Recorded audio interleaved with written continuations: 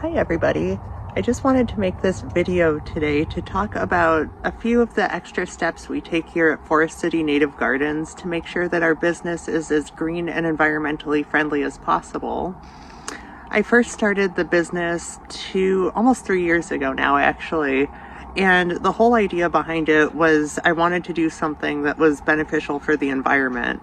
I'm a big avid hiker. I love the outdoors. I love nature just in general. And yeah, I wanted to do something that would be beneficial for the environment. So I started the business, and planting native plants and butterfly gardens and pollinator meadows and all that stuff, that alone is obviously really great for the environment and our ecosystems. But there are things that we can do, little extra steps that we can take just to make sure things are extra green.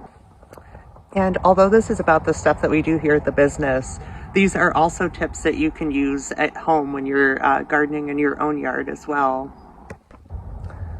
One of the things that we make sure at Forest City Native Gardens is that we never use any peat products in any of our projects. Peat is essentially broken down animal tissue, plants, microbes, and it's found in swamps, bogs, wetlands, places like that. And it takes thousands and thousands of years for the production of peat. It is a slow process and everything.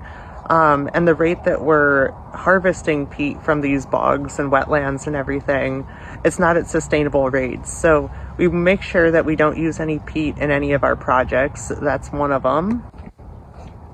Another thing we avoid using in our projects is any animal-based ingredients, any animal inputs whatsoever.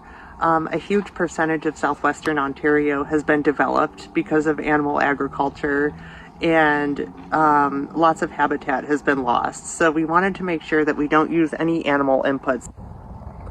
Sometimes if the soil quality that we're working with is poor, we'll add nutrients to it in the form of charcoal ash, and so that's like a heavy carbon-based ingredient that we can add that's environmentally friendly.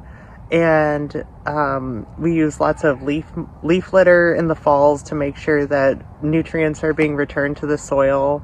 And yeah, there's no need for peat or any animal-based ingredients when we're planting native plants generally, because the plants are already well adapted to the soils that we have here, and we generally don't need to add too much. But if we do, we avoid peat in any animal inputs.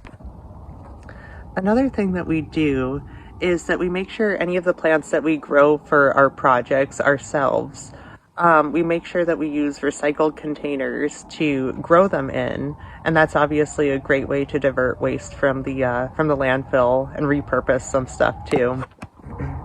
This one's one of my favorites for sure because it involves some muscle power, but we don't use any equipment that's fueled by gas whatsoever. All of our equipment that we use for our projects are either electric or just manual, pure muscle strength.